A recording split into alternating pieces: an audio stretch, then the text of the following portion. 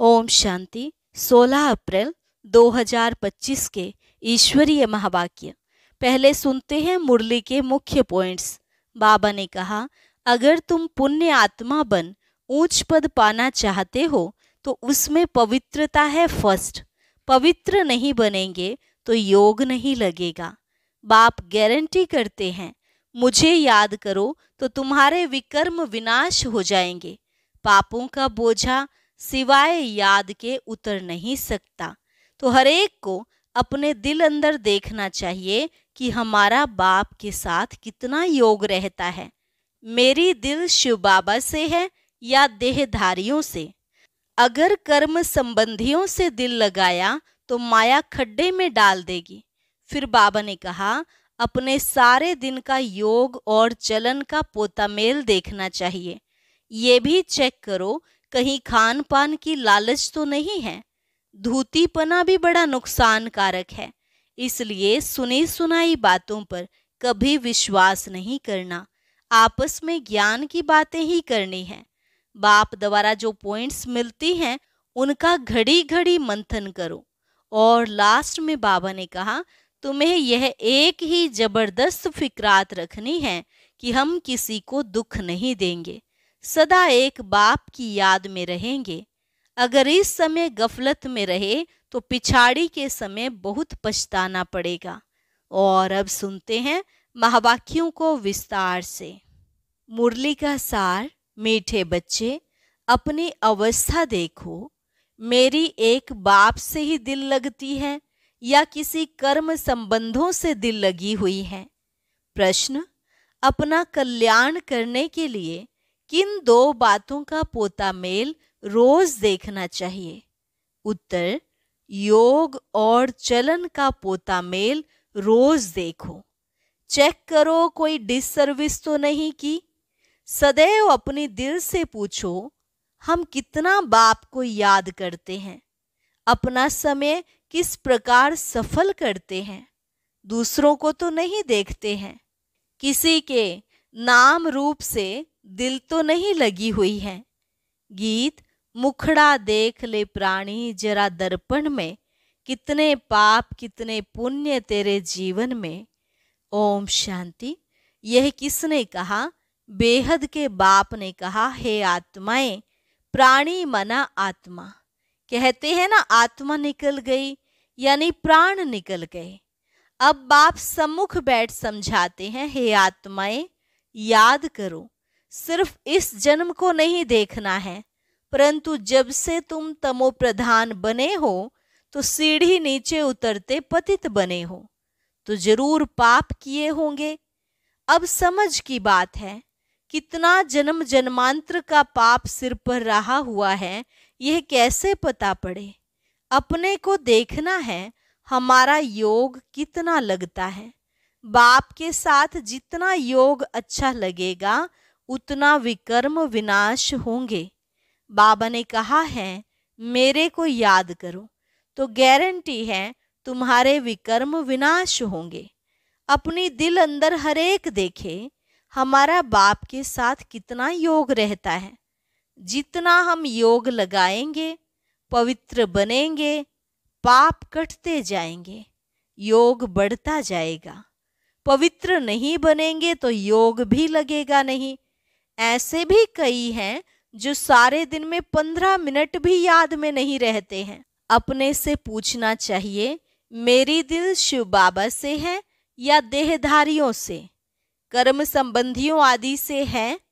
माया तूफान में तो बच्चों को ही लाएगी ना। खुद भी समझ सकते हैं मेरी अवस्था कैसी है। शिव बाबा से दिल लगती है या कोई देहधारी से है? कर्म संबंधियों आदि से है तो समझना चाहिए हमारे विकर्म बहुत हैं जो माया खड्डे में डाल देती है। स्टूडेंट अंदर में समझ सकते हैं हम पास होंगे या नहीं, अच्छी रीति पढ़ते हैं या नहीं, नंबरवार तो होते हैं ना। आत्मा को अपना कल्याण करना है। बाप डायरेक्शन देते हैं, अगर तुम पुण्य आत्मा बन ऊंच पद पाना चाहते हो तो उसमें पवित्रता है फर्स्ट। आए भी पवित्र, फिर जाना भी पवित्र बनकर है। पतित कभी ऊंच पद पा न सके। सदैव अपने दिल से पूछना चाहिए, हम कितना बाप को याद करते हैं, हम क्या करते हैं। यह तो जरूर है, पिछाड़ी में बैठे हुए स्टूडेंट की दिल खाती है, पुरुषार्थ करते हैं ऊंच पद पाने के लिए, परंतु चलन भी चाहिए ना।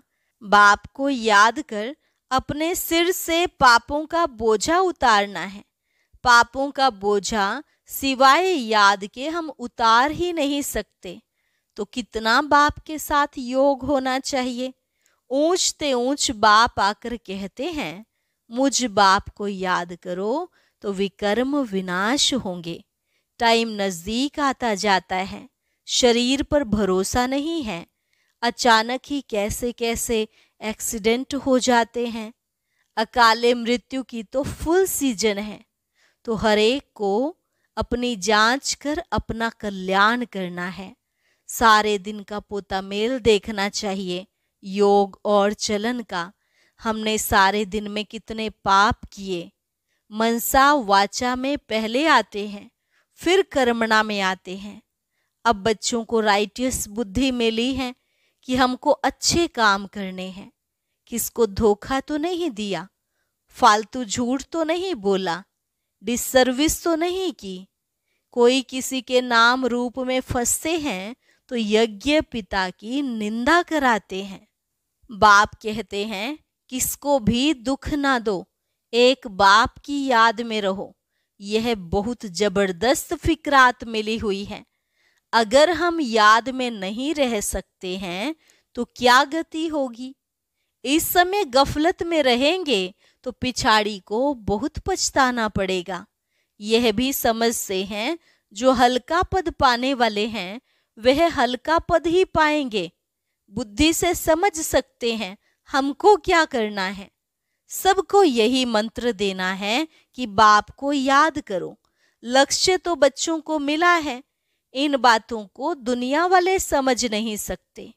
पहली पहली मुख्य बात है ही बाप को याद करने की। रच्यता और रचना की नॉलेज तो मिल गई। रोज रोज कोई ना कोई नई नई पॉइंट्स भी समझाने के लिए दी जाती हैं। जैसे विराट रूप का चित्र है, इस पर भी तुम समझा सकते हो। कैसे वर्णों में आते हैं, यह भी सीढ़ी के बाजू में रखने का चित्र है। सारा दिन बुद्धि में यही चिंतन रहे कि कैसे किसको समझाऊं। सर्विस करने से भी बाप की याद रहेगी। बाप की याद से ही विकर्म विनाश होंगे। अपना भी कल्याण करना है। बाप ने समझाया है, तुम्हारे पर 63 जन्मों के पाप हैं। पाप करते करते सतो प्रधान से तमो प्रधान बन पड़े हो। अब मेरा बनकर फिर कोई पाप कर्म नहीं करो। झूठ, शैतानी, घर फिटाना, सुनी सुनाई बातों पर विश्वास करना, यह धूतीपना बड़ा नुकसान कारक है। बाप से योग ही तुड़ा देता है तो कितना पाप हो गया। गवर्नमेंट के भी धूते होते हैं। गवर्नमेंट की बात किसी दुश्मन को सुनाए बड़ा नुकसान करते हैं, तो फिर उन्हों को बड़ी कड़ी सजा मिलती है।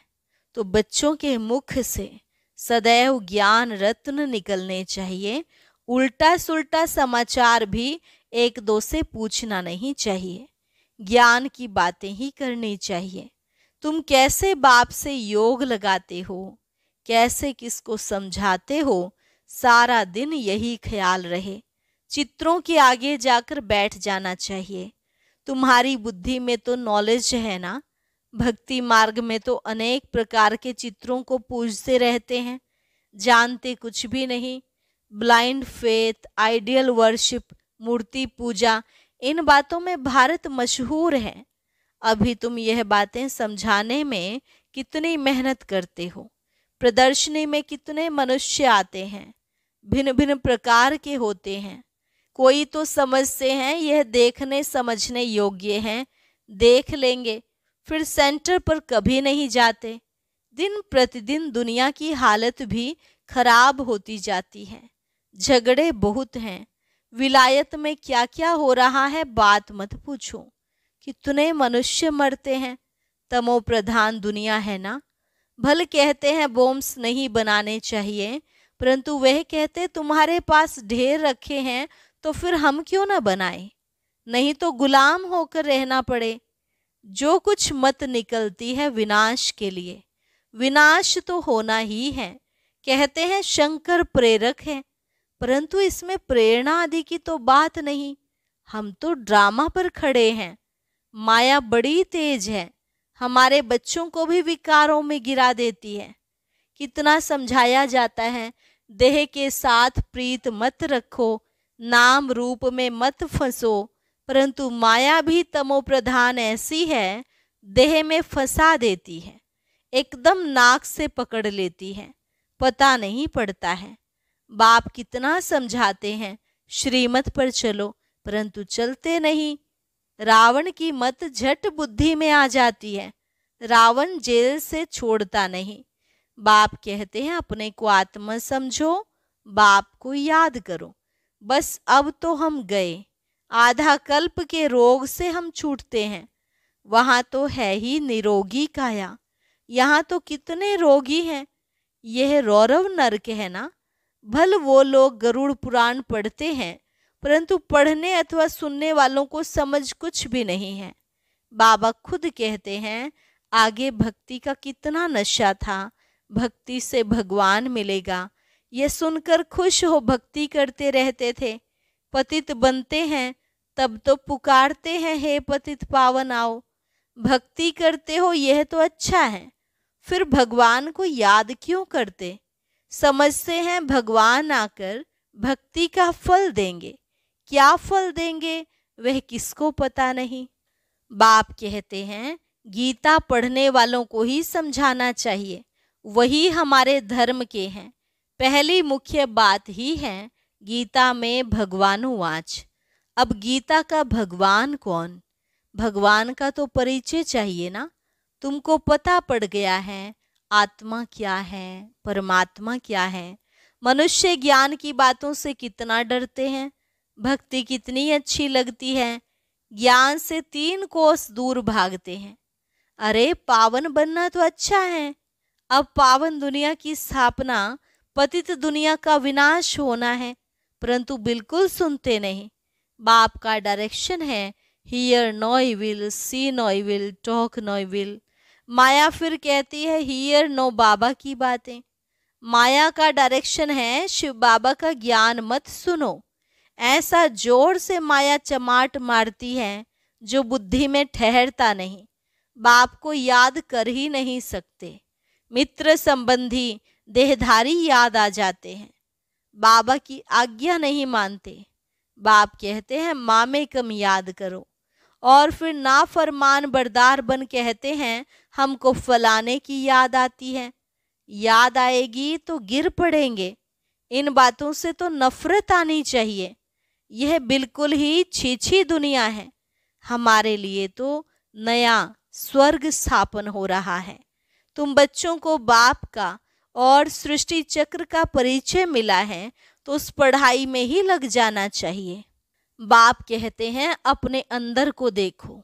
नारद का भी मिसाल है ना, तो बाप भी कहते हैं अपने को देखो। हम बाप को याद करते हैं, याद से ही पाप भस्म होंगे। कोई भी हालत में याद शिव बाबा को करना है और कोई से लव नहीं रखना है। अंत में शिव बाबा की याद हो तब प्राण तन से निकले। शिव बाबा की याद हो और स्वदर्शन चक्र का ज्ञान हो। स्वदर्शन चक्रधारी कौन है यह भी किसको पता थोड़े ही है। ब्राह्मणों को भी यह नॉलेज किसने दी। ब्राह्मणों को यह स्वदर्शन चक्रधारी कौन बनाते हैं? परमपिता परमात्मा बिंदी। तो क्या वह भी स्वदर्शन चक्रधारी हैं? हाँ, पहले तो वह हैं, नहीं तो हम ब्राह्मणों को कौन बनाए। सारी रचना के आदि मध्यंत का नॉलेज उसमें है। तुम्हारी आत्मा भी बनती है, वह भी आत्मा है। भक्ति मार्ग में विष्णु को चक्रधारी बना दिया है। हम कहते हैं परमात्मा त्रिकालदर्शी, त्रिमूर्ति, त्रिनेत्री है। वह हमको स्वदर्शन चक्रधारी बनाते हैं। वह भी जरूर मनुष्य तन में आकर सुनाएंगे। रचना के आदि मध्यंत का ज्ञान जरूर रचता ही सुनाएंगे ना। रचता का ही किसको पता नहीं है तो रचना का ज्ञान कहाँ से मिले। अभी तुम समझते हो, शिव बाबा ही स्वदर्शन चक्रधारी है, ज्ञान का सागर है। वह जानते हैं हम कैसे इस 84 के चक्र में आते हैं। खुद तो पुनर्जन्म लेते नहीं, उनको नॉलेज है जो हमको सुनाते हैं। तो पहले पहले तो शिव बाबा स्वदर्शन चक्रधारी ठहरा। शिव बाबा ही हमको स्वदर्शन चक्रधारी बनाते हैं, पावन बनाते हैं, क्योंकि पतित पावन वह है, रचता भी वह है। बाप बच्चे के जीवन को जानते हैं ना। शिव बाबा ब्रह्मा द्वारा स्थापना कराते हैं, करण करावनहार है। तुम भी सीखो, सिखलाओ। बाप पढ़ाते हैं, फिर कहते हैं औरों को भी पढ़ाओ। तो शिव बाबा ही तुमको स्वदर्शन चक्रधारी बनाते हैं। कहते हैं मुझे सृष्टि चक्र का नॉलेज है, तब तो सुनाता हूँ। तो 84 जन्म कैसे लेते हो? यह 84 जन्मों की कहानी बुद्धि में रहनी चाहिए। यह बुद्धि में रहे तो भी चक्रवर्ती राजा बन सकते हैं। यह है ज्ञान। बाकी योग से ही पाप कटते हैं। सारे दिन का पोता मेल निकालो, याद ही नहीं करेंगे तो पोता मेल भी क्या निकालेंगे। सारे दिन में क्या क्या किया यह तो याद रहता है ना। ऐसे भी मनुष्य हैं, अपना पोता मेल निकालते हैं, कितने शास्त्र पढ़े, कितने पुण्य किया। तुम तो कहेंगे कितना समय याद किया, कितना खुशी में आकर बाप का परिचय दिया। बाप द्वारा जो पॉइंट्स मिली हैं उनका घड़ी घड़ी मंथन करो। जो ज्ञान मिला है उसे बुद्धि में याद रखो। रोज मुरली पढ़ो, वह भी बहुत अच्छा है। मुरली में जो पॉइंट्स हैं उनको घड़ी घड़ी मंथन करना चाहिए। यहाँ रहने वालों से भी बाहर विलायत में रहने वाले जास्ती याद में रहते हैं। कितनी बांधेलियां हैं, बाबा को कभी देखा भी नहीं है, याद कितना करती हैं। नशा चढ़ा रहता है। घर बैठे साक्षात्कार होता है या अनायास सुनते सुनते निश्चय हो जाता है। तो बाप कहते हैं अंदर में अपनी जांच करते रहो कि हम कितना उच्च पद पाएंगे, हमारी चलन कैसी है। कोई खान पान की लालच तो नहीं है, कोई आदत नहीं रहनी चाहिए। मूल बात है अव्यभिचारी याद में रहना। दिल से पूछो हम किसको याद करता हूँ, कितना समय दूसरों को याद करता हूँ। नॉलेज भी धारण करनी है, पाप भी काटने हैं। कोई कोई ने ऐसे पाप किए हैं जो बात मत पूछो। भगवान कहते यह करो, परंतु कह देते हैं परवश हैं, अर्थात माया के वश हैं। अच्छा, माया के वश ही रहो। तुम्हें या तो श्रीमत पर चलना है या तो अपनी मत पर। देखना है इस हालत में हम कहाँ तक पास होंगे, क्या पद पाएंगे। 21 जन्म का घाटा पड़ जाता है। जब कर्मातीत अवस्था हो जाएगी तो फिर देह अभिमान का नाम नहीं रहेगा। इसलिए कहा जाता है देही अभिमानी बनो। अच्छा, मीठे मीठे सिकिलधे बच्चों प्रति माता पिता बाप दादा का याद प्यार और गुड मॉर्निंग। रूहानी बाप की रूहानी बच्चों को नमस्ते। रूहानी बच्चों की रूहानी बाप दादा को नमस्ते नमस्ते, गुड मॉर्निंग। शुक्रिया बाबा, शुक्रिया। धारणा के लिए मुख्य सार। पहली पॉइंट, कोई भी कर्तव्य ऐसा नहीं करना है जिससे यज्ञ पिता की निंदा हो। बाप द्वारा जो राइटियस बुद्धि मिली है उस बुद्धि से अच्छे कर्म करने हैं। किसी को भी दुख नहीं देना है। एक दो से उल्टा सुल्टा समाचार नहीं पूछना है। आपस में ज्ञान की ही बातें करनी है। झूठ, शैतानी, घर फिटाने वाली बातें यह सब छोड़ मुख से सदैव रत्न निकालने हैं। इविल बातें न सुननी है न सुनानी है। वरदान, 5 विकार रूपी दुश्मन को परिवर्तित कर सहयोगी बनाने वाले माया जीत जगत जीत भव। 5 विकार रूपी दुश्मन को परिवर्तित कर सहयोगी बनाने वाले माया जीत जगत जीत भव। विजयी दुश्मन का रूप परिवर्तन जरूर करता है, तो आप विकारों रूपी दुश्मन को परिवर्तित कर सहयोगी स्वरूप बना दो, जिससे वे सदा आपको सलाम करते रहेंगे। काम विकार को शुभ कामना के रूप में, क्रोध को रूहानी खुमारी के रूप में, लोभ को अनासक्त वृत्ति के रूप में, मोह को स्नेह के रूप में और देहाभिमान को स्वाभिमान के रूप में परिवर्तित कर दो, तो माया जीत जगत जीत बन जाएंगे। स्लोगन: रियल गोल्ड में मेरापन ही अलाय है जो वैल्यू को कम कर देता है, इसलिए मेरेपन को समाप्त करो। ओम शांति। अब आज का अव्यक्त इशारा और ज्ञान मोती भी अवश्य सुने।